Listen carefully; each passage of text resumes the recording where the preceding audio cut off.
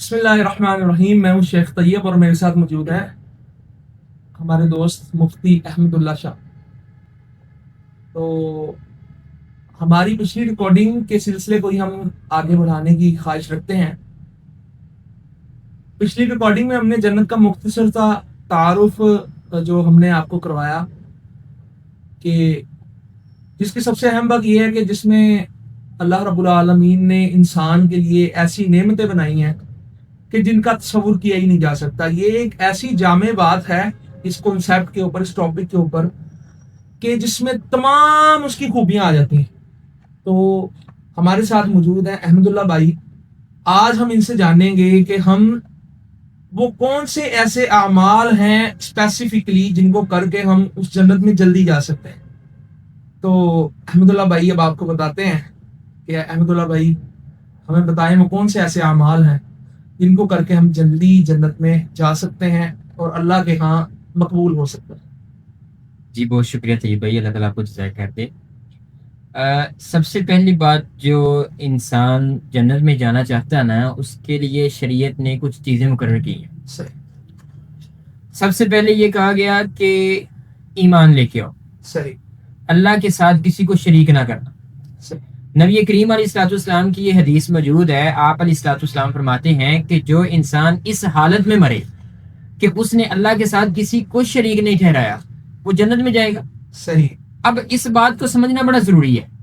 ہم بظاہر تو مسلمان ہونے کا دعویٰ کرتے ہیں کہ میں مسلمان ہوں، میں اسلام لے آیا ہوں، میں ایمان لے آیا ہوں، لیکن ہم اللہ کے ساتھ ساتھ کسی اور چیز کو بھی شریک کر لیتے ہیں۔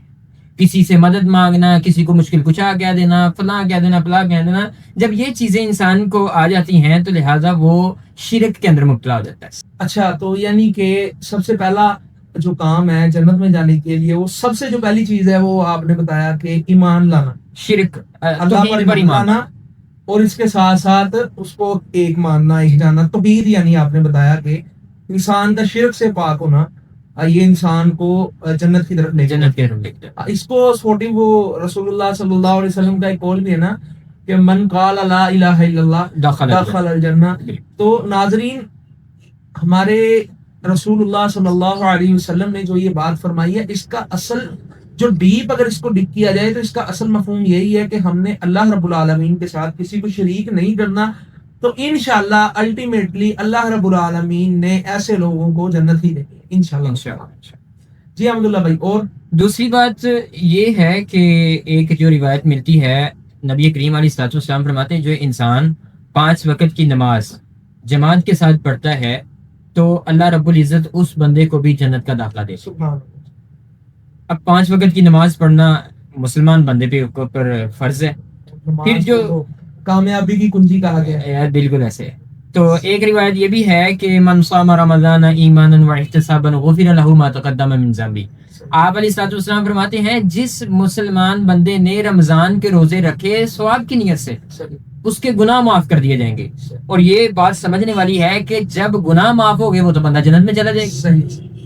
تو یہ چیزیں جو ہے نا بیسک، یعنی یہ کچھ ایسے روٹین کے اعمال ہیں، کوئی بہت مشکل نہیں ہے، وہی جو انسان کی اسپیشل کو مشقت کرنے والی. رمضان تو ہر انسان کی زندگی میں آتا ہے، روزے بھی رکھنے ہیں اور قیام کے بھی مواقع میسر ہوتے ہیں. وہ میں اسی والے سے نا، ایک حدیث ہے، اللہ کے نبی صلی اللہ علیہ وسلم کے پاس 2 آدمی آتے ہیں، آ کے انہوں نے اسلام قبول کر لیا. اب ایک اسلام قبول کرنے کے بعد ایک صحابی جو ہیں وہ جہاد پر نکلتے ہیں تو وہ شہید ہو جاتے ہیں. تو ایک جو صحابی ہیں وہ اسلام لانے کے بعد پورا 1 سال زندہ رہتے ہیں، یعنی ان سے 1 سال لمبی عمر پاتے ہیں، تو وہ فوت ہو جاتے ہیں. تو ایک صحابی خواب کے اندر دیکھتے ہیں کہ میں نے دیکھا کہ جو پہلے شہید ہوا ہے نا، جو شہید ہوا ہے وہ جنت میں بعد میں جا رہا ہے، جو فوت ہوا ہے وہ جنت میں پہلے جا رہا ہے. وہ یہ خواب آ کے اللہ کے نبی علیہ الصلوۃ والسلام کو سنائی انہوں نے. تو آپ علیہ الصلوۃ والسلام نے فرمایا کیا جو بعد میں فوت ہوا ہے اس کی زندگی کے اندر ماہ رمضان آیا تھا، اس ماہ رمضان کو اس نے پایا، اس نے نیکیاں کمائی، اس کی وجہ سے وہ انسان جلدی جنت میں چلا گیا. تو اس کے بعد جو ایک روایت یہ بھی ملتی ہے کہ آپ علیہ الصلوۃ والسلام فرماتے ہیں جو انسان حق پر ہوتے ہوئے جھگڑا چھوڑ،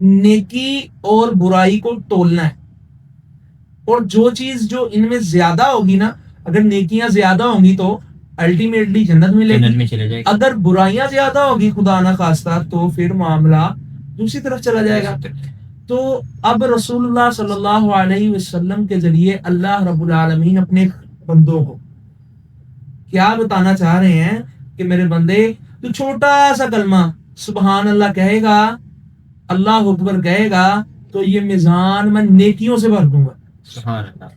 تو یہ کرائٹیریا ہوتا ہے، اللہ تعالیٰ نے جنت کے مواقع ہمارے لیے بڑے آسان کیے ہوئے ہیں، بالکل. بس ہمیں ان کو کیچ کرنا ہے، ہمیں ایک شعور دینا ہے لوگوں کو اور خود کو، اور اس کو روٹین بنانا ہے کہ خالص دل کے ساتھ اللہ رب العالمین کی حمد کرنی ہے، اس کا ذکر کرنا ہے.